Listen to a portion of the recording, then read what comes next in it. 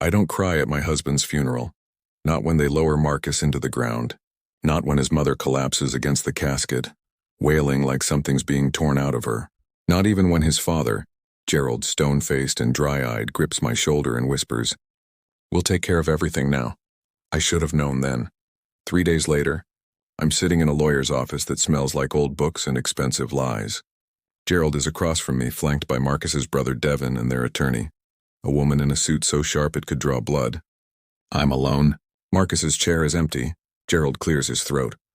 "Claire, we need to discuss the property." "The house?" My voice sounds far away. "Marcus's house," he corrects. "Technically, it was never jointly owned. It was his inheritance from his grandmother. Blood inheritance." The lawyer slides papers across the mahogany. "Illinois law is clear on ancestral property. Without a will explicitly transferring ownership, it reverts to the bloodline." I stare at the words swimming on the page. Reversion clause. Intestate succession. Blood heirs. "You're evicting me." "It's not a question. We're reclaiming what belongs to the family," Devin says. His voice is gentle, which somehow makes it worse. "You understand, I don't understand. Marcus and I were married for 7 years. That house has my paintings on the walls, my books on the shelves, my grief soaked into every floorboard. When?" My hands are shaking. 60 days, the sharp-suit lawyer says. "We're being generous. Generous." The word tastes like copper. "There is one person who might help," Gerald says, and something shifts in his expression. Satisfaction, maybe. Marcus's estate manager. He's been handling the legal side. Name's Ethan Rourke. He was close with Marcus. I know who Ethan is. Marcus's best friend from law school. The one who came to dinner parties and never brought dates. The one who looked at me too long across tables, then looked away when I caught him. "He's expecting your call," Gerald says, standing. "The meeting is over. I'm dismissed from my own life. Ethan's office is nothing like I expected. No mahogany, no leather. Just exposed brick, soft lighting, and a man who looks like he hasn't slept since the funeral. Claire." He stands when I enter, and something in my chest cracks at the way he says my name, like it hurts him. "They're taking the house." I know. He gestures to the chair. "I've been reviewing the documents." Gerald moved fast. "Can they do this?"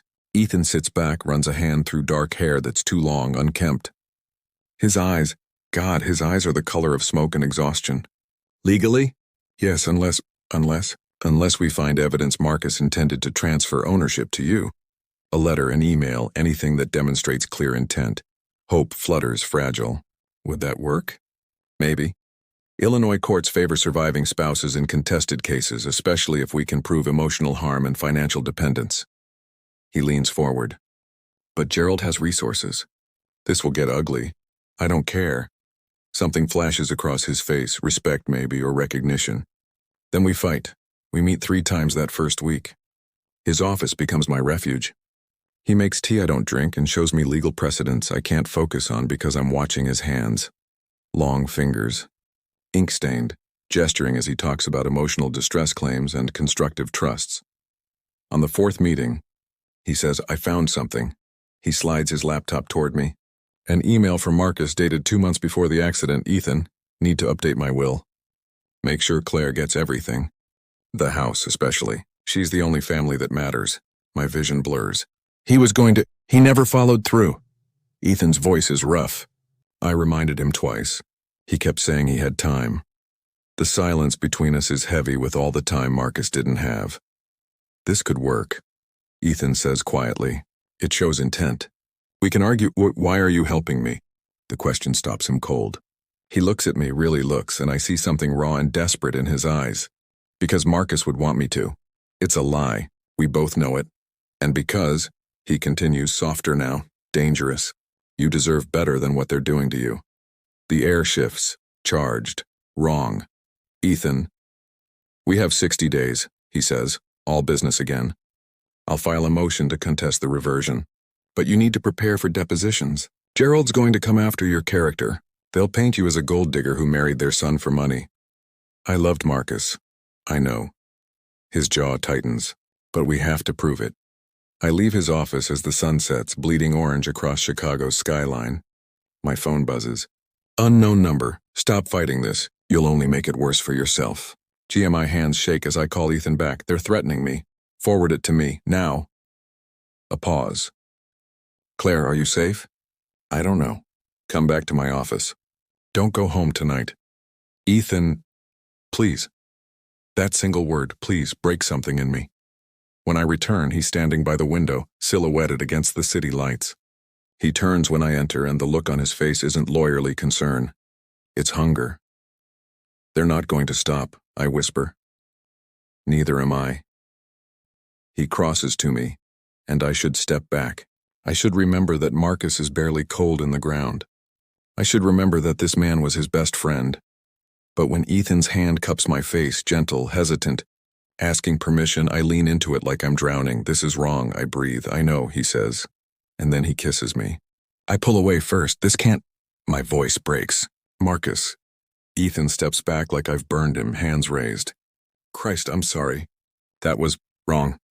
But my lips still feel electric. Completely wrong. Yes, he turns away, shoulders rigid. When he speaks again, his voice is lawyer cold. It won't happen again. We should focus on the case, but the air between us has changed, charged with something that feels inevitable and terrible. The next morning, I wake in the guest room of Ethan's downtown loft, a space that's all clean lines and empty walls like he's never really lived here. He's already gone, but there's coffee waiting and a note in sharp handwriting. Deposition prep at 2. Don't answer the door for anyone. I'm pouring a second cup when my phone rings. Marcus's mother. Claire, sweetheart. Her voice is honey over razors. I heard you're contesting the house. Helen. Gerald's just trying to preserve Marcus's legacy. You understand that, don't you? Family comes first. I was his family. A pause. Then, were you, though? Marcus told me things those last few months. How distant you'd become. How you'd changed. My hand tightens on the phone. What are you talking about? The late nights. The credit card statements. That trip to Seattle you took alone. Her voice drops. He suspected something, Claire. He just didn't want to believe his wife would. I wasn't cheating. But my voice wavers because the Seattle trip was real. A gallery opening for my paintings. Back when I still thought I could have a career. Marcus had encouraged me to go solo. Hadn't he? Of course not, dear. I'm sure there's an explanation. The sweetness in her tone makes me nauseous. But in a deposition under oath, these things come out. Gerald's lawyer is very thorough. It's a threat wrapped in concern. Classic Helen. I have to go, I say. Think about what's best for everyone, Claire. Marcus wouldn't want his family torn apart over a house. She hangs up before I can respond. Ethan's office at 2. He's laid out documents across the conference table. Bank statements, phone records, photographs. They're building a case that you married Marcus for money, he says without preamble. We need to counter it. How? He slides a photo toward me. Marcus and me on our wedding day. His arms around my waist, both of us laughing. I look so young, so certain. Tell me about your marriage. The real version, I sit. The leather chair is cold. What do you want to know? Everything. The good, the bad. Things that prove it wasn't about money, so I tell him. How Marcus proposed in a shitty apartment in Wicker Park, before the inheritance, before his law career took off. How we ate ramen for months saving for the wedding. How he supported my painting even when I wasn't selling anything. Ethan listens, taking notes. But his jaw gets tighter with every story. What? I finally ask. Nothing. Ethan, he sets down his pen. He never told me any of this. The proposal story, the struggling years. He looks at me and there's something wounded in his eyes. He told me he met you at a firm event, that you were impressed by his career. That's not... But then I remember. That was technically where we met. A networking thing I'd crashed for free wine back when I was broke and desperate. Marcus had been kind, funny, nothing like the corporate lawyers around him. He rewrote it, Ethan says quietly, made it sound transactional. Why would he do that? I don't know. But he won't meet my eyes. We work for hours building my defense. As the sun sets, Ethan orders Thai food and we eat straight from containers sitting on his office floor surrounded by paperwork. You were right, I say. This is going to get ugly. Gerald fights dirty. Always has. He stabs at his pad thai. Marcus used to say his father saw everything as a transaction. Love, loyalty, just different forms of currency. Is that why Marcus never talked about his family? Partly. Ethan sets down his fork. After his grandmother died, the one who left him the house, Gerald tried to contest her will. Said she wasn't in her right mind when she made Marcus the heir instead of him. It got vicious. What happened? Marcus won, barely, but it destroyed their relationship. He looks at me. That house isn't just property to Gerald. It's a symbol of being passed over, of not being chosen. Understanding clicks into place. He's not doing this for Marcus's legacy. He's doing it for revenge. Exactly. And I'm collateral damage. No. Ethan's hand covers mine on the carpet. You're the target. Because Marcus chose you too. The touch sends electricity up my arm. I should move. Ethan, last night was a mistake. I know. But he doesn't let go. But I need you to know something. Marcus talked about you constantly. What you were doing, what you thought about things. He'd light up when you called. His thumb traces my knuckles. I was jealous. God, I was so jealous. Of me or of Marcus. The question hangs between us like a blade. Both, he whispers. Of him for having you. Of you for having him when He stops. Closes his eyes. This is inappropriate. Yes. We're in the middle of a case. You're grieving. I'm his best friend. Yes. And I can't stop thinking about you. My breath catches. Ethan. His phone buzzes, shattering the moment. He pulls back, checks it, and his expression darkens. What? Gerald filed a counter motion. He's not just seeking eviction anymore. He turns the phone toward me. He's suing you for unjust enrichment. Claiming you manipulated Marcus into upgrading the house, buying you a car, funding your art career. That's insane. The house renovations were Marcus's idea. The car was a gift for our anniversary. My art, doesn't matter. He's itemized everything. Wants you to pay back $340,000. The number steals my breath. I don't have that kind of money. I know. That's the point. Ethan's voice is grim. If he wins, you'll be bankrupt. He's not just taking the house. He's taking everything. I don't remember deciding to kiss him. One moment I'm staring at my financial ruin on his phone screen. The next I'm gripping his shirt, pulling him toward me, kissing him like I'm trying to erase the last 3 months of hell. He freezes, then melts into it, one hand in my hair, the other at my waist, crushing me against him with something like desperation. We break apart, breathing hard. I can't lose everything, I whisper against his mouth. I can't lose everything and have nothing to show for it. You won't. I won't let. Promise me. I pull back to look at him. Promise me you'll fight for me. Even if it gets worse. Even if they come after you. Something shifts in his eyes. Calculation beneath the desire. I promise, he says. Whatever it takes. We kiss again, and this time neither of us stops. His hands map my body like he's memorizing it. Mine pull at his clothes with something like violence. We don't make it to the couch. The carpet is rough against my back, legal documents scattering beneath us. Afterward, lying tangled together in the wreckage of my case file, I trace the lines of his face. Marcus knew, I say quietly. Ethan goes still. Knew what? That you wanted me. He had to know. He never said anything. Maybe that's why he kept putting off the will. The thought forms as I speak it. Maybe he didn't trust what would happen after he was gone. Claire, was this always the plan? I sit up, pulling my shirt on. Help the grieving widow get close, wait for the right moment? Jesus Christ, no. He reaches for me, but I stand. Claire, I'm trying to help you, are you? Or are you trying to finish what you couldn't start when Marcus was alive? His face goes white. That's not fair. None of this is fair. I'm shaking now. Anger or fear or guilt, I can't tell. I just slept with my dead husband's best friend on top of the legal documents that are supposed to save me from his family. Nothing about this is fair. My phone buzzes. A text from an unknown number. We have photos. You and Rourke at his office, late nights. Drop the case or we release them. You'll get nothing. I show Ethan the screen. He reads it and I watch him transform. The soft, desperate man replaced by something hard and dangerous. He's bluffing. Ethan says, can't he? You said he fights dirty. I grab my jacket. I need to think. Claire, wait. I need to be alone. Ethan, I need to figure out if I'm fighting for my house or just proving Marcus's father right about me. I leave before he can respond, before I can second guess, before the look on his face, wounded and angry and something else I can't name, can change my mind. Outside, Chicago is cold and indifferent. I walk for blocks, my phone buzzing with messages I don't read. At a stoplight, I finally check them. One from Ethan. I meant what I said. Whatever it takes. One from Gerald's lawyer. 48 hours to respond to settlement offer. And one from a number I don't recognize. I know what really happened to Marcus. We need to talk. The light changes. I'm standing still while the city moves around me. Everything I thought I knew is unraveling, and I don't know who to trust anymore, including myself. D is for Devon.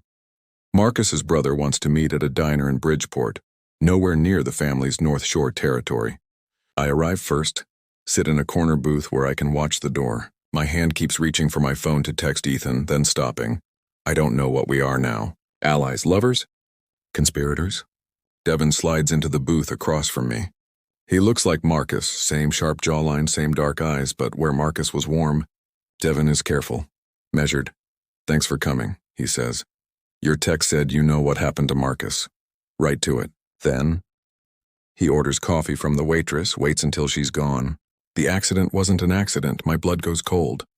What are you talking about? Marcus's car. The brake line was cut. Police ruled it mechanical failure, but I had an independent mechanic look at the wreckage. He slides a folder across the table. Clean cut. Someone wanted him dead. The photos swim in my vision. Twisted metal. A brake line severed too precisely. Why are you showing me this? Because Dad's covering it up. Devon's voice drops. He paid off the investigator. Made sure the report said mechanical failure. I found the check stubs in his office. Guy, that doesn't make sense. Why would Gerald? Marcus was going to expose him. Devon leans forward. You know the real estate development firm? The one Dad's been running since Marcus was a kid? It's built on fraud. Zoning bribes, tax evasion, illegal offshore accounts. Marcus found out 3 months before he died. Told me he was going to the feds, the Seattle trip. Marcus had insisted I go alone. Said he needed time to handle some family business. I thought he meant arguing with Gerald about money, not, you think Gerald killed his own son? I think my father would do anything to protect his empire. Devon's eyes are haunted. And I think he's setting you up to take the fall. For what? The lawsuit isn't about the house. It's about burying you in legal fees until you're too broke to ask questions. He taps the folder. If you had resources, you might investigate Marcus's death. Might find what Marcus found. Dad can't risk that. My mind races. Does Ethan know? Something flickers across Devon's face. Rourke? Why would he? Then understanding dawns. Oh, Claire. Tell me you didn't. The shame is immediate and burning. He's helping me with the case. He's Gerald's insurance policy. Devon's voice is gentle, which makes it worse. Why do you think Dad specifically told you to call him? Ethan's been on the family payroll for years.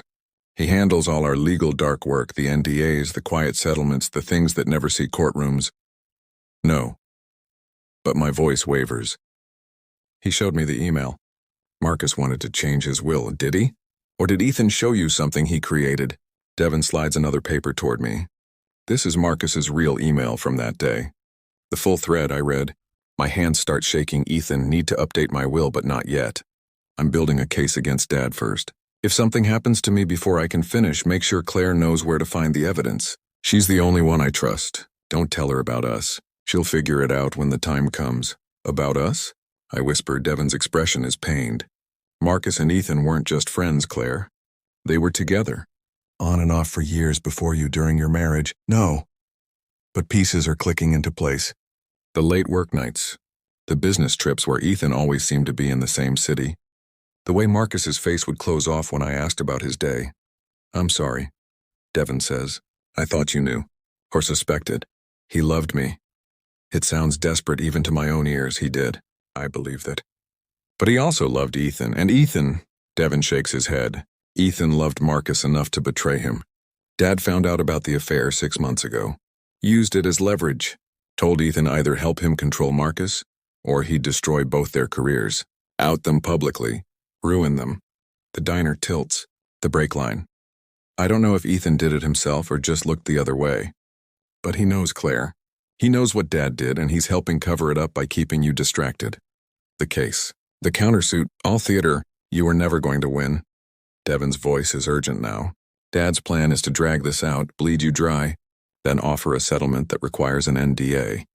You sign away your right to investigate Marcus's death in exchange for enough money to start over somewhere far from Chicago. And if I don't sign, then the photos of you and Ethan go public. Your credibility is destroyed.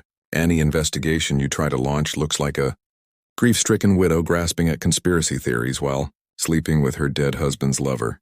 The trap is perfect, elegant, inescapable. Why are you telling me this?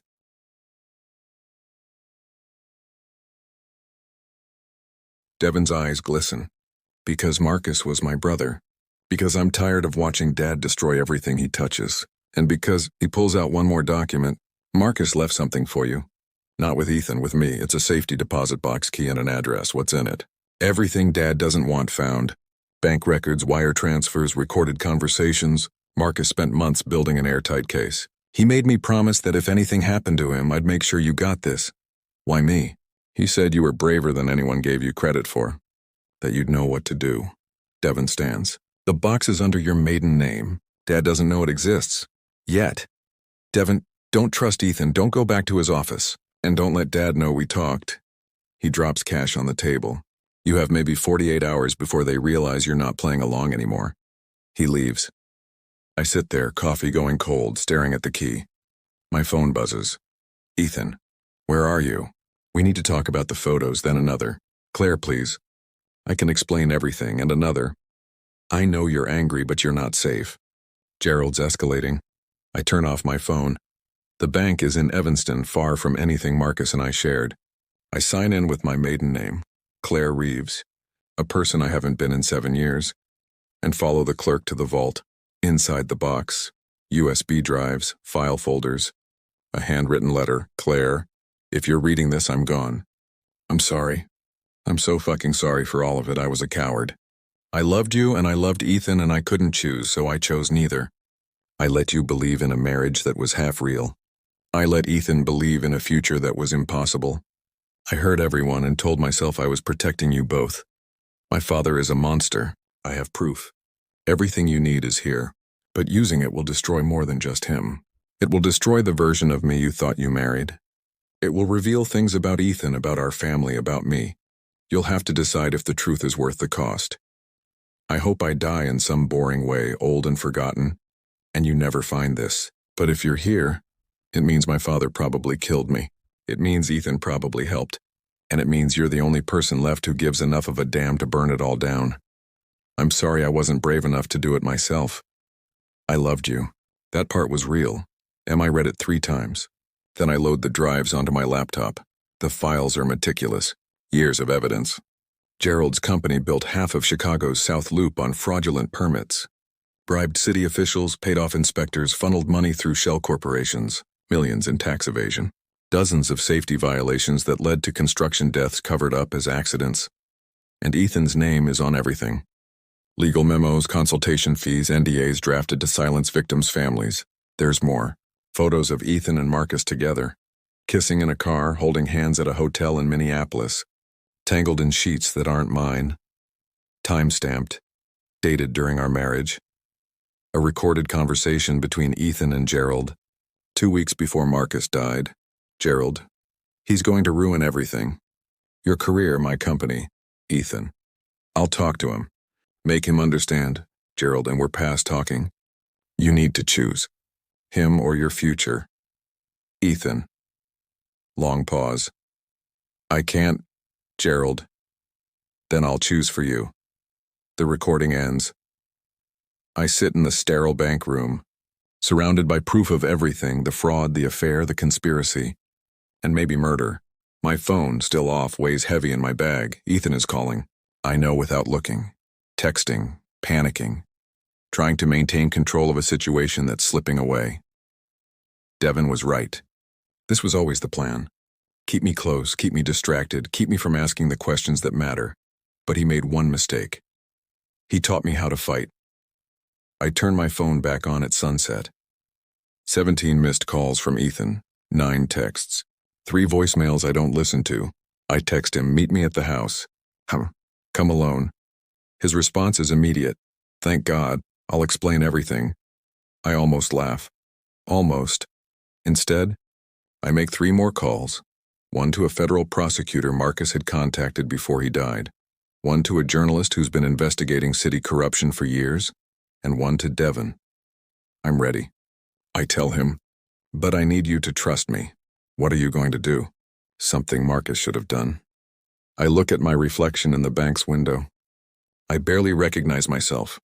I'm going to give them what they want, and then I'm going to take everything. The house is dark when I arrive. Our house. Marcus's house. The house 3 people have died over, literally or figuratively. I unlock the door. Don't turn on the lights. Just wait in the living room where Marcus and I used to watch movies, where we had lazy Sunday mornings, where I painted while he worked on briefs, where I thought I knew what my life was. Ethan arrives at exactly 8. I hear his key in the lock. Of course he has a key. And his footsteps in the hall. Claire? His voice is cautious, worried. I turn on the lamp. He stops in the doorway, backlit by the hall light, and for a moment he looks exactly like he did that first night in his office, exhausted and desperate and dangerous. I know everything, I say quietly. Marcus, Gerald, the evidence. All of it. He goes very still. Claire, don't. I stand. Don't lie to me anymore. I've earned the truth. His face crumbles. For a second, I see the man who kissed me surrounded by legal files. The man who promised to fight for me. Then it hardens into something else. How much? He asks. Excuse me? How much do you want? To walk away, to keep quiet, to let this go. His voice is flat, professional. Name your price, and there it is. The final reveal. Not the affair. Not even the conspiracy, but this. The moment he stops pretending I was ever anything more than a problem to be solved. You really think this is about money? I whisper. It's always about money, Claire. Or power or survival. Pick your poison. He steps into the room. Marcus figured that out too late. Don't make the same mistake. Or did you kill him? No. The word is immediate raw. God, no. I loved him. But you knew Gerald was going to. Silence. Ethan, did you know? I suspected, he finally says. But I couldn't. His voice breaks. I didn't think he'd actually do it. And by the time I realized, it was too late. You could have gone to the police. With what? Suspicions? Gerald's too careful. There's no proof tying him to the car. I looked. Believe me, I looked. He runs a hand through his hair. And if I came forward, I'd implicate myself. The affair, the legal work, all of it. I'd lose everything. So you let him get away with murder. I'm trying to make it right. His voice rises. Why do you think I'm helping you? I'm trying to give you what Marcus wanted. The house, his assets, something to rebuild with. It's not nothing, Claire. It's blood money, I say. From a man who helped kill his lover and then fucked his widow to keep her quiet. He flinches like I've slapped him. That's not what this was, he says. What happened between us, it was part of the plan. Keep me distracted. Keep me grateful. Keep me from digging too deep. I pick up my bag. Gerald was right about one thing. You did have to choose. And you chose yourself. Where are you going? Somewhere you can't follow. I move toward the door. He blocks me. Claire, wait. Just wait. His hands hover near my shoulders but don't touch. If you go to the police, if you expose this, you'll have nothing. The case will fall apart. Gerald will destroy you. And Marcus's death will still be ruled an accident because there's no goddamn proof. Maybe. Then why do it? I meet his eyes. See the desperation there. The fear. Because Marcus was right, I say softly. The truth is worth the cost. I push past him. Claire. He grabs my wrist. Please. I'm begging you. Don't do this. We can still win. Together. I have a plan. Let go of me, Ethan. I loved you. His voice cracks. Not just the idea of you. Not just because of Marcus. I loved you. I still do.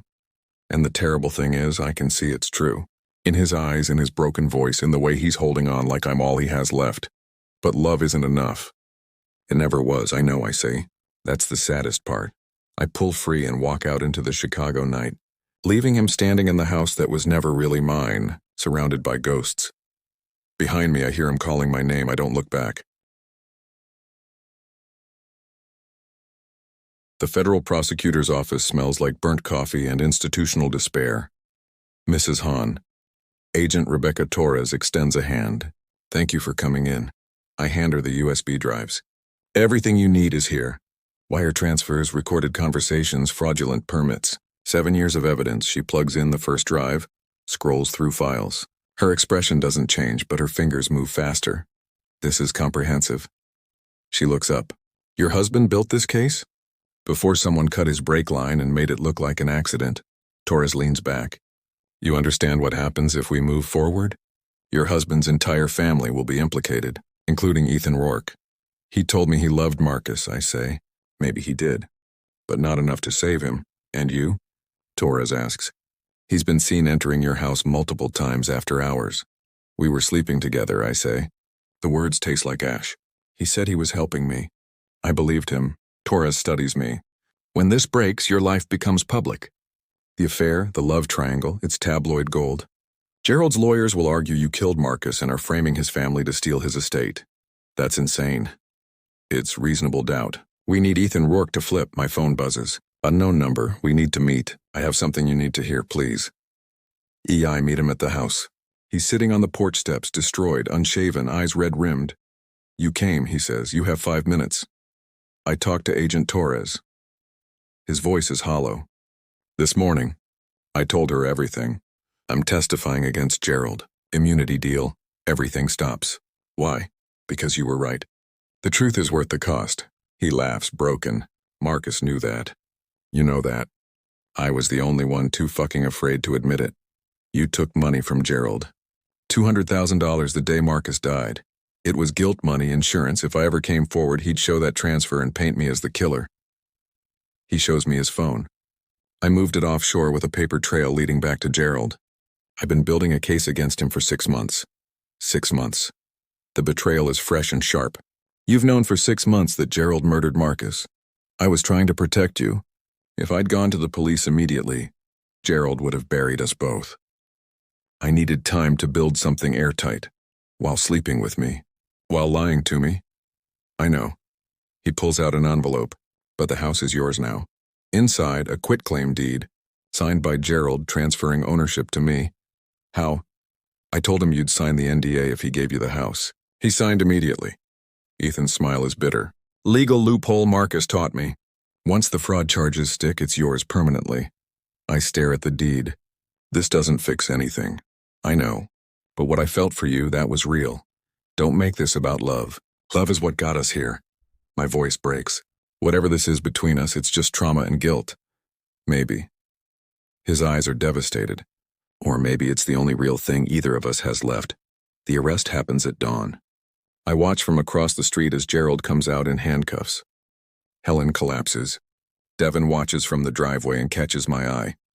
As once it's done, the Tribune story breaks that afternoon.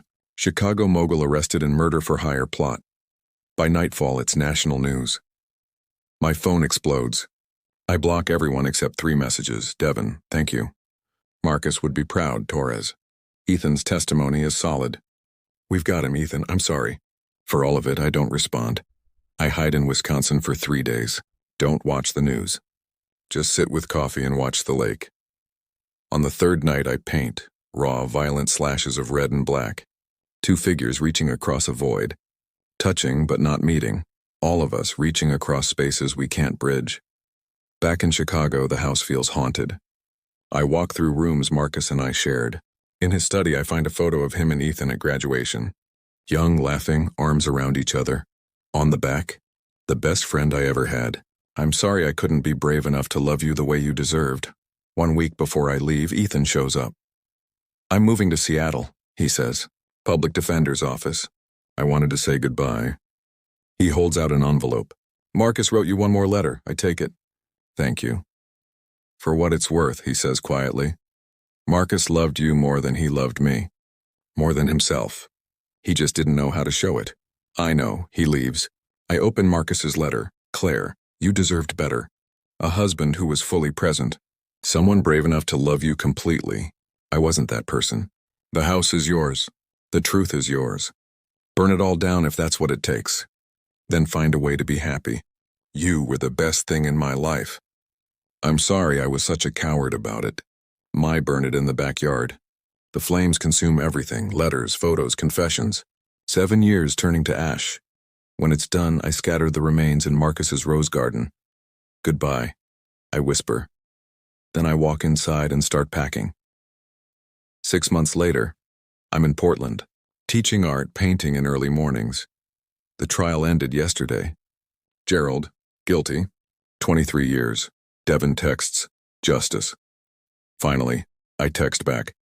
Yes, justice isn't healing. Conviction isn't closure, but it's something. My phone rings. The Smithsonian wants to feature my work, the painting from the cabin. 2 figures across a void. When I hang up, I'm shaking, not from grief, from something like hope. That night, I dream of Marcus. We're in the house, but it's not haunted. You did it, he says. Survived. I miss you, I know, but you'll be okay. He fades into light. You were always braver than me. I wake to Portland rain. For the first time since the funeral, I don't feel empty. I feel like someone who survived a war. Scarred, changed, but alive. I get up, stand at my easel. The canvas is blank, waiting. I pick up a brush and begin. 3 years later, a package arrives from Seattle. Inside, a newspaper clipping.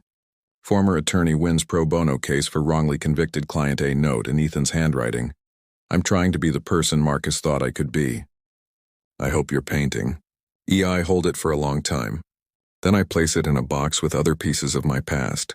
Love letters, deeds, photos of 3 people who loved each other badly. I don't throw it away. Don't burn it. Just close the lid. The past doesn't disappear. It just becomes something you carry. Lighter with time, but never gone.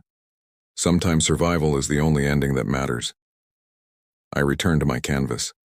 Bold colors, strong lines, possibility. In the corner, I sign it Claire Reeves, not Han, not anymore, just me. Whoever that turns out to be. I paint until the light fades and the city comes alive. Imperfect, complicated, gloriously, painfully real.